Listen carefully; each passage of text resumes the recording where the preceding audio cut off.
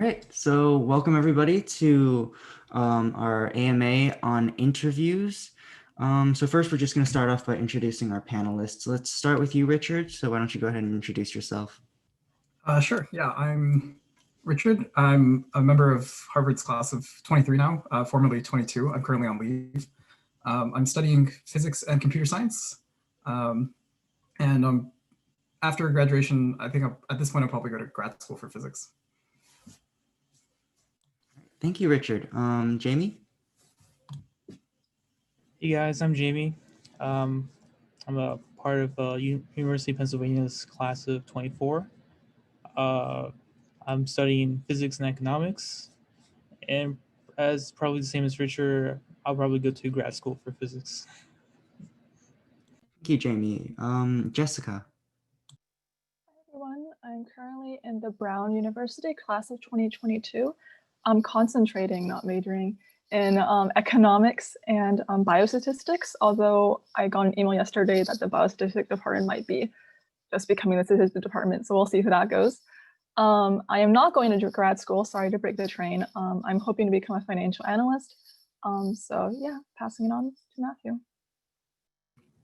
Yeah, hi guys, I'm Matthew, Stanford class of 23, majoring in CS right now, and I don't anticipate that changing. I also probably won't go to grad school and likely will be doing like software engineering or like startup stuff in the future. All right, thank you guys. So like I mentioned earlier, this is going to be mostly about interviews. We did get a few other questions about general college admissions, so we'll go into those at the end. But just to start out, I think we're going to go into some of the basics of the interview. And the first question is, where do I place my microphone slash webcam? So Richard, do you want to take this one? Sure, yeah. I guess if you have an option, like you have a microphone that's not attached to your computer, same for a camera, like you want to place it like roughly eye level and microphone like wherever it can best pick you up without picking up too much like background noise. So I think the best way to actually figure out what works best is just to test it out. I think in general you should do a bunch of test runs with interviews anyway. Have family or friends on the other side set up like a Google Meets or a Zoom interview and kind of just make sure everything works well. All right, that sounds great. And just as a reminder to the rest of the panelists, if you want to chime in after someone's finished their answer, you can go ahead and unmute after someone's done and just add your 2 cents. So the next question is, how should I dress? And can the interview be virtual? So Jaime, do you want to take this one? Yeah, sure. So assuming the interview is virtual, probably only need to dress from the neck up, right? So probably a good button down if you're a guy, or a dress if you're a girl. I don't know women's wear, but anything that looks nice, right? Probably do your hair better than I had, and if yeah, because of this year, if you want to opt for a virtual one, that would probably be best. Yeah. Okay, thank you, Jaime. And this one is just a general question on how do you reduce nervousness? Jessica, do you want to go ahead and take this one? Yeah, sure. I also wanted to just add one thing, adding on to the question about how to dress. For women or people who are femme identifying, I recommend either a dress or some kind of blouse. I would not do a blazer because I think that's a little overkill, especially for a college admissions interview. So just like nice dress shirt and then like nicest dress. I actually recommend dressing completely instead of just from like the neck up or whatever, just because I personally am kind of lazy. And I know that being dressed for the occasion puts me in the mindset of like being ready to answer questions in a semi-professional manner. And if I'm like dressed half in sweatpants, and the way I speak is also going to be like dressed half in sweatpants. So that's just how I am. If you want to just wear sweatpants, that's all on you. More power to you. As for how to reduce nervousness, I think the best way to reduce nervousness is just to prepare. So I think we're going to go into like what questions you'll probably be asked during the interview later on during the panel, but a lot of it in my experience was very subjective and based on like wherever the conversation took us. I also say that this is like a personal trick I use, but I actually watch a lot of stand-up comedy before all my interviews. just because people who are going into stand-up comedy usually have a lot of confidence, and they can just take the hits as they come. And I think that being able to like watch that and like being able to mimic their body language kind of helps me build on that confidence in the interview as it comes later. So being prepared and also use whatever small tricks you can to like artificially increase your confidence if need be just before the interview. All right, thank you. Matthew, this next question is for you. And this question asks, do interviewers have students' applications with them, or do they get to take a look at it beforehand? Yeah, so I know at least for my interviews, they didn't. It might be dependent on school. So you might want to check with the school. They might have some information about that. I think generally standard is that they don't. And yeah, I think, so I know for sure they'll get your name, they'll get maybe the school you went to, and most definitely like contact information like email or phone. Everything else is sort of up for you to reveal to them. So yeah, it might, I actually made a mistake with this. I went in with the mindset thinking that they had read my application. So in the last like 5 minutes of the interview, my interviewer is like, well, we haven't really talked too much about like what you've done. Do you want to just like give a list of like all your extracurricular activities? And then so like we had to do that all really quickly because we were just sort of talking in like the hour and a bit before. So yeah, definitely like make sure to like actually talk about your application and everything that you've done. Okay, thank you. And this next one is a little bit more all-encompassing, so I'm probably going to have most of you guys answer this question. So it's, what are things that you do to prepare for the interview, and what are things to remember? How do you plan what you're going to say, and what kind of questions can you expect? So Richard, do you want to start us off with this one? Yeah, sorry, could you, what are the parts of the question again? Right, yeah, sorry. So it's, what do you do to prepare, and what are things to remember? How do you plan what you're going to say, and what kind of questions can you expect, or what did you get? Okay, I only got like half of those. Okay, so I guess in general, I mean, the interview is supposed to be, I mean, about you, of course, but it's supposed to, you know, add on to your application. So I would, I mean, I in general kind of advise, you know, trying to add that kind of human aspect, right? That's kind of the focus of the interview, is trying to give extra information that doesn't already exist in your application, and kind of add a human side that, you know, essays and numbers and stats and stuff like that just can't do otherwise. In terms of preparation, I think, again, kind of the best way is just to prep. A lot of my interviews asked pretty standard questions to start out with, and then kind of branch off from there organically.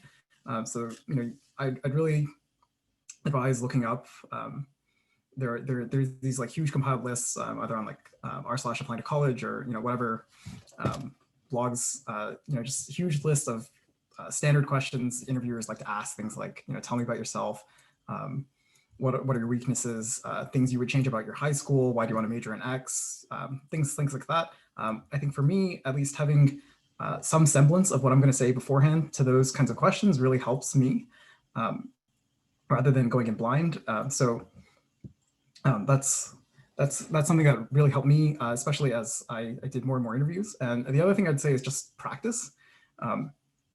So, you know, as you do more interviews, you'll just get better, just by virtue of having done more of them. That was certainly true for me. My first interviews were really bad, and then by the end, you know, like late March, or not March, like February, I'd gotten pretty natural at them. So if you can, you want to jumpstart that process for yourself. Start, you know, again, setting up practice interviews with peers. Or with family members, and try to emulate the interview as much as you can. All right, Jaime, do you have Sorry, anything to add to that? Yeah. So as for me, when I did interviews, right, I'm a lazy person, right? So I didn't really prepare beforehand. And so if you're like me, you probably want to research university like as much as you can the day before, prepare for those questions, right? It's all right if you go into the interview forgetting where you got to say, as long as you have that like a preparation like the day before. You can come in, talk, and then you can say more as things go along, because, oh no, the interview is supposed to be a conversation that builds up between you and the interviewer, right? at least I know for my successful interviews, or the ones I feel like it was really great. The interview usually starts out with the standard questions, right? Why do you want to go here? Uh, tell me about yourself. Why do you want to do this major and all that? And then and what you want to do then, right after you answer the questions, is somehow segue into something else, into a more a free flowing conversation between you and the interviewer, right? And then uh, and another tip to keep that going, right, is to actually show interest in what your interviewer has done in your school, in the school you're applying to, right? And that can make the interview go so much smoother. All right, thank you. Jessica or Matthew, do you guys have anything to add to that? Yeah, I guess I can go. I think one way to just make it feel more like a conversation is I subscribe to the idea that if you want to be friendly with someone, you need to treat them like your friend first. And so I think in an interview, it's important to go into it with as few expectation as possible. Like obviously be prepared to know the questions that they might ask, but also don't panic if like they like go off the script that you like made up in your head, because it's like very possible and very likely that that's going to happen. And also just be friendly, be genuinely interested in what they have to say. People love to talk about themselves. And so you can get really good conversations just from like asking them questions about their life, what they're up to, even the career, especially if they haven't been in school for a while and you might not have a lot of questions to ask about campus life or anything. They can still contribute by like talking about where they're going in their career or like how networking or whatever helps. But maybe I just have that on my mind because I am recruiting now. So yeah. Thank you. Matthew? Yeah, I don't have too much to add, so I'll try to keep this quick. I think maybe my advice would just be try not to over prepare. I think that especially given that the interviews are not like necessarily the be all end all, you don't need to like go overboard with it. And if you over prepare, you're at risk of like not seeming all that natural. The one thing that I didn't prepare for that I really wish I had was like the standard "tell me about yourself" question. I think that should definitely be like a solid, good solid like 2-minute answer, a good summary of like your life, what you're up to, like what you do, and like get you started on the right foot. As well, yeah, as Jessica said, just like be willing to like jump into conversation. I think this is very different from a job interview where like they're trying to evaluate like whether you're fit for the job. I think the role of the school interview is just like to get a sense of your personality, your sort of sense of curiosity, that sort of stuff. So definitely be willing to jump into things that feel a lot like tangents. Asking the interviewer a lot about their experience is probably a good way to make them interested in you. And so, yeah, just like generally try to keep it sort of casual and fun. All right, thank you. Sorry, I just wanted to add on something quick that Matthew reminded me of. But my Brown interviewer actually told me that when she interviews, she's looking for the airport test, which is just if I were stuck at an airport for 2 hours, would I want to talk to you? Or like, could I see you as my classmate and would I enjoy like eating lunch with you, or would I enjoy like going to class with you and working with you on things? It's not like how like smart of a person are you? It's just like how engaging are you and how much would I want to be in a classroom with you, that kind of thing. So I'll stop now. I do want to add something else to what Matthew said, right? About the tell me about yourself question, right? And anyone can correct me if I'm wrong, but that is a loaded question for a high schooler to ask, right? And so they don't expect you to give like the best and most amazing answer, right? Because usually at 17 or 18, you don't know much about your life to actually say, tell me about yourself, right? But as long as you do a good attempt, right, they'll appreciate that. All right, thank you. So our next question is, what do you do when you don't know the answer to a question off the top of your head? And what were some questions that you were stumped by and how did you overcome that? Richard, back to you. Ooh, okay, this is a good question. I think, well, okay, so for one, like the more you interview, again, like the better you get at like kind of BSing answers that you haven't prepped beforehand. I guess the thing I would say is that the first thing is that it's okay to say that you don't know, but like that's not really like hopefully you shouldn't get too many of these, because the point of the questions is really just about about you and your personality. It's not gonna be like, gotcha math questions, right? Like, but maybe there are some questions like that kind of get stuck, like stump you, kind of stock interview questions, if you will. Like, maybe like I got asked a few times, tell me about like a conflict, or tell me about like a time you're working on a team, just kind of stock questions like that. I guess, I'd say, you just want to, you don't have to oversell yourself. Not everyone has like some like huge grand achievement they have to talk about for like every single thing. You can focus in on little things.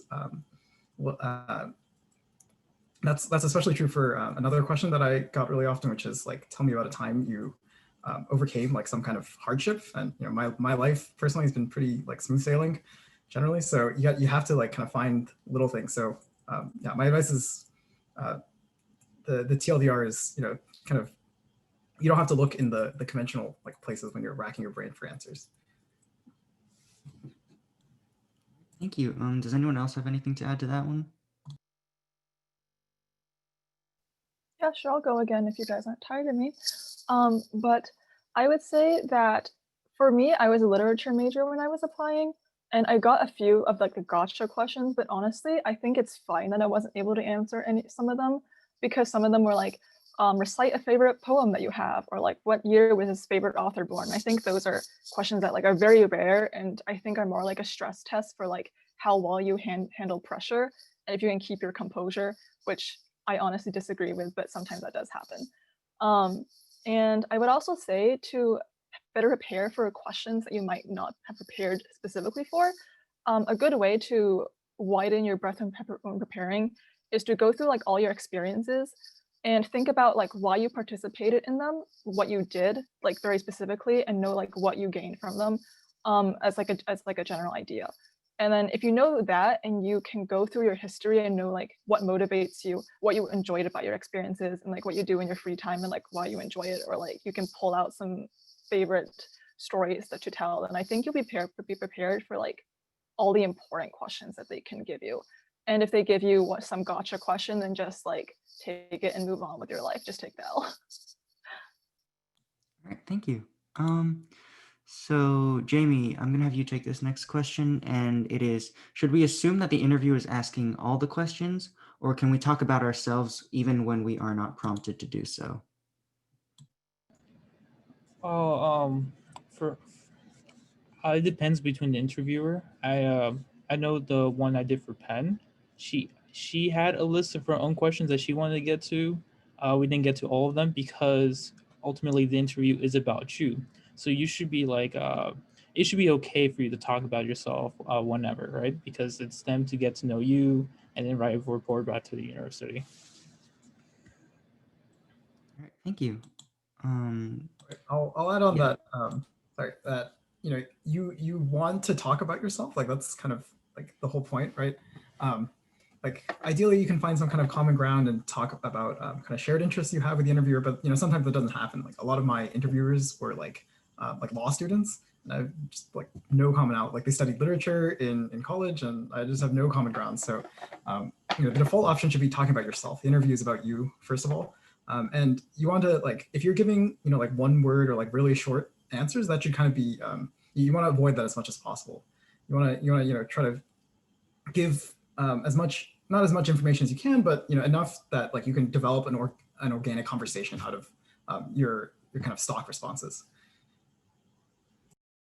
Thank you, Richard. Those are some good points. And the next question is, which questions can we take advantage of to insert information that we didn't get to cover in other responses? Jessica, do you want to take this one? Honestly, create your own opportunities. If there's something you really want to say and never got to, just like at the end of the interview, be like, hey, I just wanted to tell you one thing before the end of the interview. I really enjoyed our conversation, and then just talk about this one thing you wanted to mention. I wouldn't wait for an opportunity. It's about you. Like they're a captive audience for like 20 minutes or half an hour, however long it is. So just like jump in and just tell them what you want to tell them. At least that's what I would do. Okay, thank you. And Matthew, so this next question is, should we treat this interview formally like a business interview or with a friendly touch like a coffee chat with your boss? And how casual should it be? And while you can also still incorporate all aspects of your application like extracurriculars, passions, and other questions. Yeah. So for this, I think the best advice is just to just sort of like read the room, read the interviewer, see what they want to happen, and then try to do that. So like my Stanford interview was with a really old woman in her 70s who was like double PhD, like art history professor. So we just like sort of chatted a lot about just like art history, her experience in undergrad and grad school, that sort of stuff. And we didn't really get to what I really did until, sort of at the start and at the end. But I think so developing that empathy really like helped. You just want to make them sort of advocate for you. So sort of see what they would want to do, what they would want you to do, and try to match that expectation. So yeah, casual conversation. Yeah, again, yeah, just try to see what they want. I think if they have like a list of questions and like they're very systematic, then you definitely shouldn't try to veer too much off of it, and maybe have some faith in them that their questions are well formulated to hit on those ECs or passions. If it's a little bit more free flowing, then you probably should try to sneak them in there whenever you can. All right, thank you. Does anyone else have anything to add to that, or can we move on? I just want to say that generally, if you're trying to gauge or like read the room, older interviewers will generally prefer a more formal vibe, and then younger interviewers, you can usually go a little more casual. That is not always the case though. Like Matthew said, read the room, and then there's always like room for like change there. Yeah. All right, thank you. That was a good point. And the next question is, what kind of questions can we ask the interviewer? And to what level can the questions be personal? And is there an ideal limit to the number of questions that we should ask the interviewer? Richard?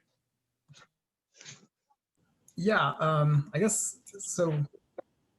The first thing I'll say is that the questions can either be like all at the end. Some interviewers will explicitly reserve 10 minutes, 5 minutes at the end. That's for you to ask them questions. Other times it'll be more organic, and you just really kind of building on read the room. You just go with the flow. If they're like kind of spots where you're making good conversation and you want to ask a question, don't hold it back because you're like waiting for the end of the interview. In terms of what kinds of questions, generally, I mean, you can ask about anything that would be appropriate to ask like a boss or like maybe a more senior colleague, and like ideally you want to keep it like on topic with like either the school or their careers or something like that. Don't ask them about like the latest episode of like whatever show. But and the other thing is I would say you want to ask questions that you can't answer with a Google search. If you're asking like what majors do you guys have, like that's not a good place to be. So for me, I tended to ask people about their kind of personal experiences, what their favorite part of undergrad is, why they ended up picking that school, when that works better with younger interviewers, especially the ones that are like recent alumni, and kind of how they thought the school did for them, and what they would change about the school if they had to pick again, and stuff like that. All right, great. Does anyone else have anything to add to that, or are we good to move on? Okay. So this next question I think is very pertaining to the current situation, and that's, how does one demonstrate your personality if interviews are online or through the phone, and how do you make yourself seem engaging? Jaime, do you want to take this one? Yeah, so there is an obvious disconnect from interviewers interviewing in person and interviewing online, right? But I'd say a lot of things still applies, right? But now it's all fit in like in a box screen. Definitely the way you talk, the tone helps. Your body language helps. Anything you would do in a regular interview, you would want to do in an online interview, but make sure it's be able to be heard or seen within your small box. Thank you. Jessica, do you have something to add to that? Yeah, I don't want to seem like a snake, but I would also say that because what they can see is confined to this box, I would say that your interview or like what they perceive about you is not limited to just you. And so if I were interviewing now, because a college admissions interview and it's not as formal as like a job interview, I would actually put stuff from my hobbies in the background and use those as like organic conversation starters, like just in case, like not anything like too niche, but like, I don't know, if I was into sports, I would maybe like put like ballet shoes or something in the background, or like a band poster, or like some other, or like leave another tablet open in the background or something with music. I don't know. Just like those are also might have been not great examples, but like, yeah, I would probably use that as a way to start a conversation. Thank you. And Jessica, we're going to stay with you for this next question, and it's how do you take the opportunity to go off on a tangent about an EC or a story that you're passionate about, and how do you give those anecdotes with concise and memorable answers? To be quite honest, I think many of you might have realized, but I am not concise. And I think when I was interviewing, I just went on tangents whenever I felt like it, which might not have been the best strategy. I think it certainly did well to showcase my personality. And I think I'm a pretty naturally social person. And I remember my Harvard interviewer was asking me about like what books I like to read or like what magazines I read. And I went into like a 10-minute tangent about like the differences between the writing style of like the New Yorker and like a couple of other magazines. And I don't know, and I think that might have not been the best choice, but it just so happened that he also read these exact magazines that I was like really into. And we had this like and he ended up responding, and we had this like really long discussion about like different writing styles and like journalism practices. And so if you're lucky like me, that could work out for you, and just not being concise and just talking about whatever you want. But if I were to be more get to the point faster, I think you want to take questions about your hobbies and maybe prepare like a 1-minute blurb about like the activities you do, or like maybe an award you won, but like don't turn it into like a resume dump. And talk about like what motivates you, or like I said, like why do you want to keep doing this in college? Maybe like drop in like a how you could get involved in this activity at that particular college, and be like, I can already see myself fitting in on campus, and here's why. But yeah. All right, thank you. And the next question is, how can I impress the interviewer if I don't have a lot of impressive extracurriculars? Matthew, do you want to take this one? Sure, yeah.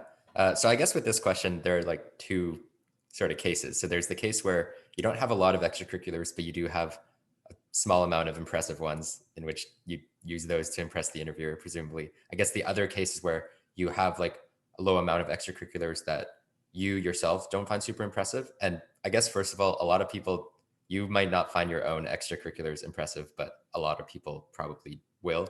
So just know that like we tend to underrate like our sort of successes. So might be that those are impressive as they are. If you truly feel like you don't have a lot of impressive extracurriculars to impress the interview with, I'd say just like try to impress them with like your personality or charisma, or if you have a good sense of humor. I think in general, the interviewers are looking for sort of like academic curiosity. So what Jessica's talking about comparing like writing styles, that's like a good example of that. You can obviously Google your interviewer, like you'll know their name. So if you know, for example, that they're like a lawyer or something like that, you could try to maybe, even if like I'm a computer science major, so even though there might not be that much connection there, you can sort of try to find something like ask them, like, what's your opinion on this? Like Apple, you know, there's all these like antitrust cases going on with tech. Like, what's your opinion on that? And sort of just show that you have sort of academic curiosity, willingness to learn about sort of what you want to do. All right, thank you. Oh yeah, Jessica, go ahead.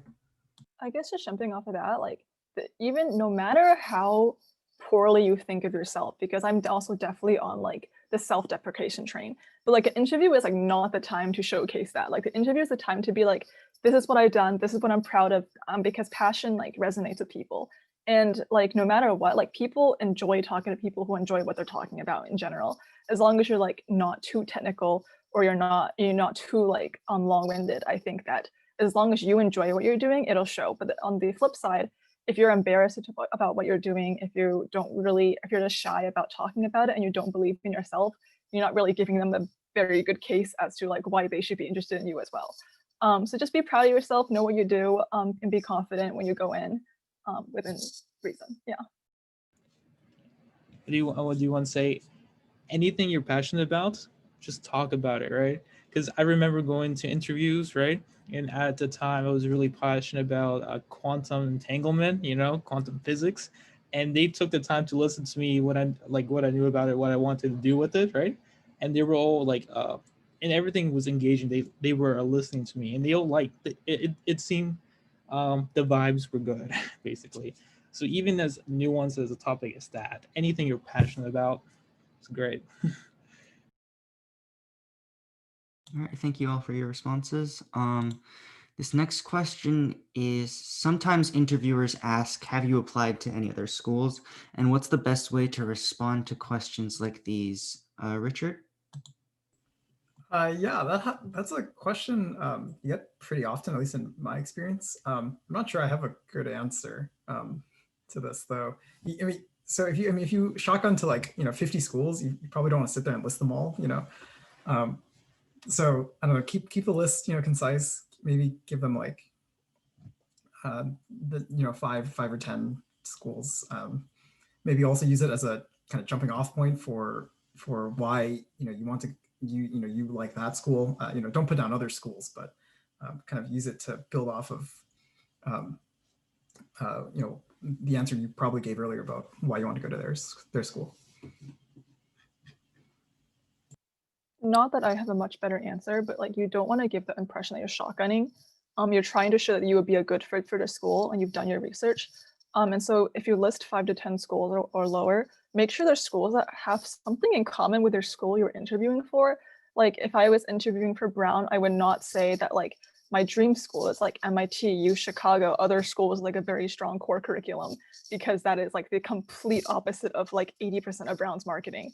And I think that would reflect very poorly on like the research I had done into the school and whether or not I thought about my fit.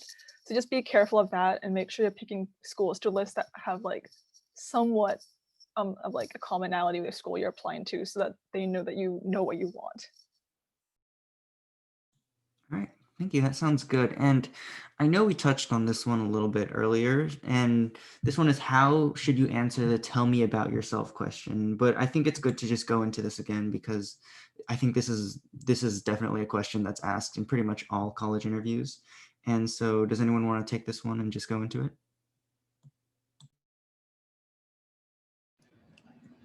I guess the simplest, easiest way to tackle this question is to think about what have you done that could define who you are, right?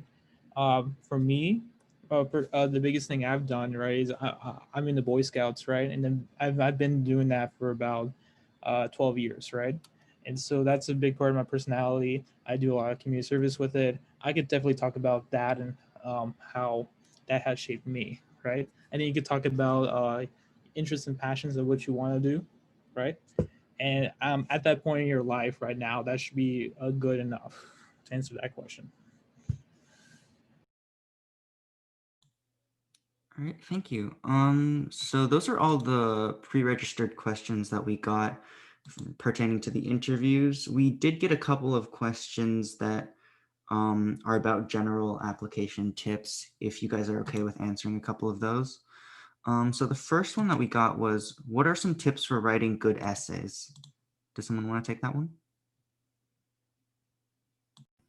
Yeah, I'll take it, I guess. I would say the tips for writing good essays are probably very similar to the tips for writing good stories. So if you haven't yet, like, read some good short stories and like apply the lessons learned there.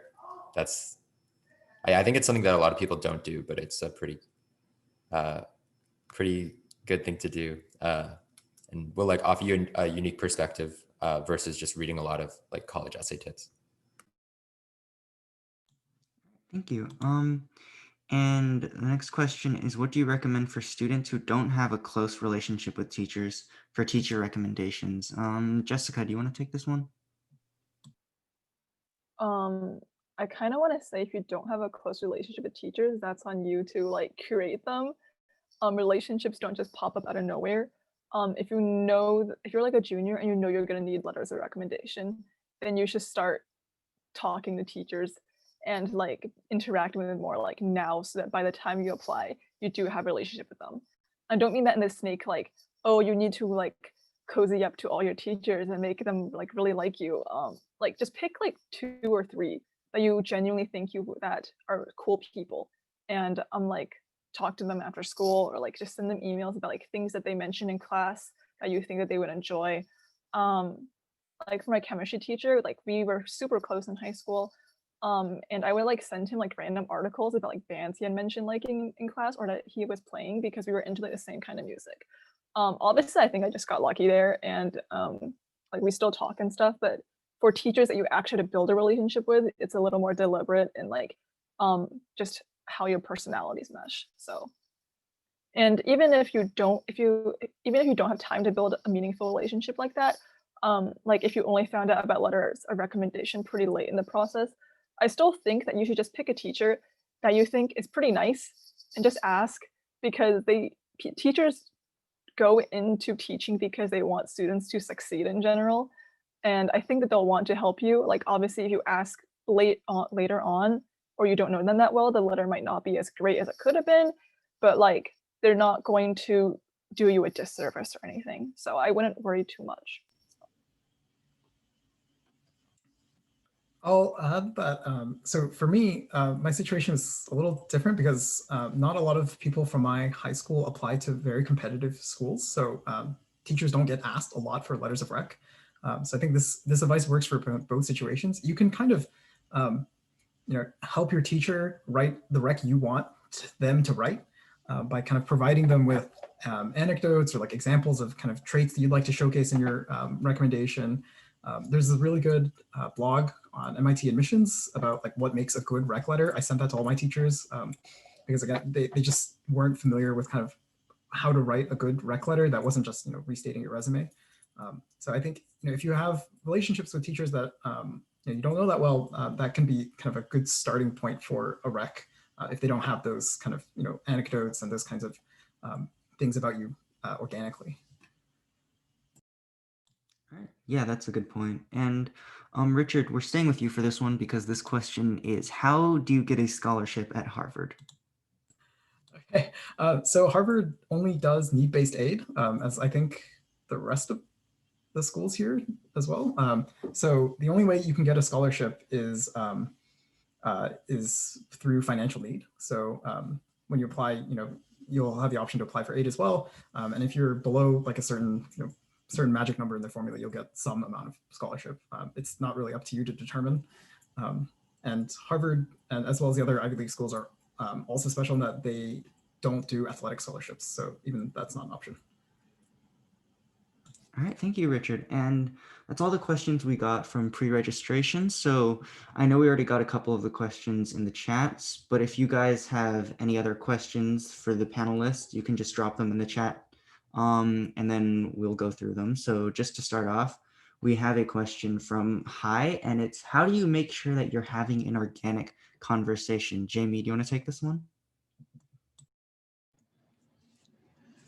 Oh, well, first things first, you gotta come into the interview with that mindset of wanting to have an organic conversation, right? Again, it depends on the interviewer, right? Usually, the younger ones, they tell you straight up, oh, we're gonna do these questions, and then we can have a conversation and just be us talking back and forth.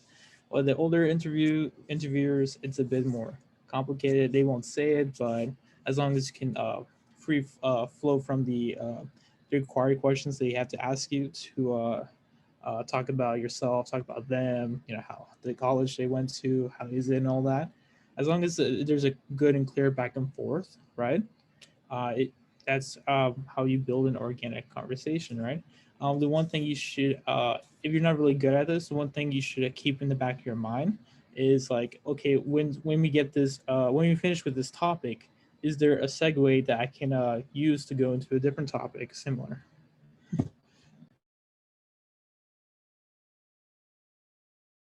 Right. Thank you. So Ultimately, like the yeah, issue, Richard. try to like don't force it to be organic, because that's not going to be organic, right? Gotta like maybe like something that worked for me is just kind of like Matthew said, I think a while back, don't prep too much, just kind of let things happen. Don't try to force all your answers in that you prepped beforehand. Just kind of allow things to flow. Don't try to control the conversation too much. Yeah, thank you, Richard. And our next question is from, let me see, Alex. And it's, are there any tips for interviews that are pre-recorded / not with a live person? All of my Canadian university apps are automatic with timed prompts. I don't know if any of you guys have experience with this interview format, but if you guys Yeah. want to give me tips. Yeah, I do. So I'm actually Canadian, so I had to deal with this too. I think I'm actually curious, Alex, if you don't mind, what programs are doing this? Because I'm curious if things have changed. Because I only had one of these, and it was for engineering. Yeah, I don't know. These are just generally pretty terrible. Okay, yeah, U of T and Waterloo Engineering. Okay, yeah, that makes sense. I know I think in those two cases, it's not, I don't think there's a huge weight to it, so I wouldn't get too nervous about it.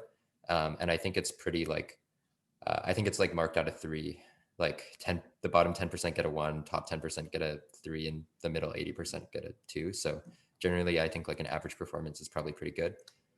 Yeah, I guess with these, maybe practice doing timed interview questions, like get a list of interview questions, get a timer, and sort of just practice planning out what you're going to say very quickly and then saying it in a concise way. Yeah, for the record, I did really terribly on these, and I don't think it had affected my chances. So yeah. All right, thank you. And our next question is from Himish. I'm not sure if I'm pronouncing that right, sorry. And how can a badly written recommendation letter affect your application? Jessica, do you want to take this? If it's bad because of lack of English, like writing skill, if you're like if you're an international student, I don't think it'll reflect negatively on you, just because like ultimately there's no way you could have fixed that. Like it does not reflect on who you are as an applicant at all. If it's bad in terms of they straight up gave you negative qualities, then that might be more questionable. But again, it's on you to kind of vet your recommenders and kind of get a feel for what they're going to say about you, to pick people who are not going to say that, who are not going to like write any negative qualities about you into the application. If you're really worried, I would say that you can give them a list of qualities you're trying to project to the admissions committee, and like give them like a list of things you do want them to write about you, and so that they don't veer off into like uncharted territory. Other than that, I don't really think there's a way to have a bad recommendation letter if it's just badly formatted. Like at my high school, we had one counselor write like 70 recommendation letters for everyone. And so like she literally did bullet points for everyone except me. And I'm the only one who got a paragraph format because the database crashed and after she did mine. And so all of the recommendation letters were deleted after she sent mine. And so I was the only lucky one, and she had to rewrite everyone else. But like other than that, I feel like colleges understand that your teachers, especially at like a bigger high school, they're time constrained. They can't like spend like hours like you on every letter recommendation to like perfect it. And like the standard is not going to be the same as like for your essays, I guess. So Thank you. And the next question is from Bertha, and Bertha asks, do you think there will be any sort of lenience or understanding regarding important college readiness tests like the PSAT, PACT, SAT, ACT because of COVID, and also the way school has been mostly online? Jaime, do you want to take this? Yeah, sure. I'm pretty sure most of our universities here, right, opted to do tests optional, right? At least for this year, and I heard some for the next couple years as well, right? how it would impact admissions, right? I don't know about any other school, right? But for Penn, we got our ED results a couple of days ago, right? And because it is test optional, they got a lot more applicants, right? And we've recorded the lowest acceptance rate like in our history because of that. So be wary of that because of the new standard. A lot more people are gonna be applying. But if you have a bad score, right, it would just be better not to submit it than to submit it, right? Because ideally, universities they want to increase their rankings. If you submit a bad score and they accept you, that goes into the average, right? Yeah, they don't want that, right? So just don't send one if you have a bad one. Do send one if you do have a good one, and it's basically that's that. All right, thank you. And our next question goes back to interviews. And Serena asks, how do you answer interview questions like, tell us about a time where you dealt with a difficult person without making it sound negative? Richard? Yeah, I guess I'd say you want to focus not on the problem, focus on the solution and how you overcame that, and kind of use that to paint yourself in a positive light rather than kind of sitting and letting the negative the kind of negative situation kind of take over your answer. Yeah, I'm not sure I have much more to add to that. Yeah, that is a really good point. Our next question is on a similar note, how can you approach questions about low grades and challenges or setbacks that you've faced? Matthew? Yeah, I think, I think it sort of depends on the nature of what answer you can give. So if there are legitimate setbacks, then that like made you get low grades, whatever those are, then like I think it would probably make sense to say those. If there aren't, it probably makes more sense to be like, here's what I learned from this experience. Like, here's how I'm doing better, and like here's why like something like that won't happen again, rather than trying to come up with something that explains away a bad grade. Like one bad grade or a few bad grades, not like the worst thing. They also probably won't ask because they usually almost never have like your transcript sitting in front of them. So there should be no reason they would literally ask you, well, why did you get an F in calculus or whatever? Because they just don't have that information and no way to know. For all they know, every student they interview is a top student. So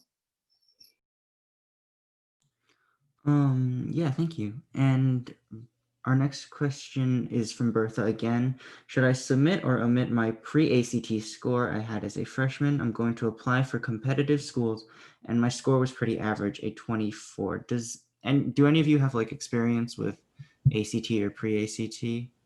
Okay, so I've only taken the PSAT, which I think is pretty similar. I've never had the option to submit anything of that sort. yeah, I did ACT, but I didn't do pre-ACT. I never submitted any of the pre-scores either. So sorry. Right, yeah, I don't think most schools accept PSAT or pre-ACT scores. So I think you'll be fine. Let me see, I got lost. Our next question is from Etzelson. I'm sorry if I'm pronouncing that wrong. And what are some steps you can take to make up for a low GPA? Jessica? That's actually so funny you asked me because I'm the person who failed a class straight up freshman year. And I don't think it mattered that much. I'm still at Brown somehow. And I did use additional information to explain that I had like a medical reason that was legitimate and I just couldn't get like the accommodations in time. And so the grade fell through. But other than that, I think you can make up for a kind of low GPA with like extracurriculars to show that like, hey, my grades weren't that great, but I can excel in other areas. I'm a leader in my community. I'm a great debater. I just don't do well in like standardized test taking, which I think is completely valid. So yeah, I think that's like the only way you can really make up for a low GPA. But honestly, I think in holistic admissions, it's not going to be a deal breaker as long as you have something to show that like you can excel in other areas. I do want to add on to it to a similar situation I was in, right? So a senior year, I got accepted to ED, right? And so because of that, my motivation went down, right? And so I just slacked off in a couple classes. And by the end of, by the time we almost had to graduate, right, there was 2 classes, right? I was basically failing, right? There's no way I can make up those scores, right? So what I did to avoid having to submit a bad final transcript was I called up the one of the vice principals in my school to ask if, since these classes are not required to graduate, to ask if it can I just withdraw from them, right? And they dropped it from the transcript. It's there, but it has like nothing, right? It doesn't show any grade. So that's one way to avoid a bad GPA, after you got accepted. I have a friend who's 2 years above me. They actually just graduated from MIT, and they got in early, and they kind of similar situation happened, and they're ending the year with like 2 Cs, and she actually got rescinded from MIT, and she had the teacher of the class she had a C in write her like this really passionate like plea to MIT. They sent it to admissions, and they retook her in. So I guess if you're really desperate, that you can always try direct contact, or not yourself, but through kind of a more trusted person like your teacher, and try to explain the situation that way. On that note, do not sleep on your counselor. They can pull in so many favors for you, especially if they have a good relationship with certain schools you're applying to. Like I have had financial aid packages increase because my counselor wrote like this long letter about how like, oh, she would love to go, but she just can't afford it. Can't just make one exception. And so just ask for favors. You never know what you'll get. Yeah, these are all really great points. And our next question is, if I got an SAT score that is considered low in my school and area, but is considered pretty good generally, should I submit it? I'm not actually sure what range that would entail, but if you want to specify on that, then we can probably go into deeper. For now, I think I'm going to move on to the next question, and it's from Tassin, and they ask, I have a question also about what Jaime said earlier. My SAT score is exactly at the average for the school I'm applying to for last year. Considering applications are more competitive now, should I submit that score? Yeah, Jaime, do you want to take this? Yeah, sure. All right. The one thing about test scores, right, that applies to any top colleges, right, is that one thing that's common is if you have a good score, submit it, right? But you have to realize that schools themselves have quotas, right? So it depends on your background, right?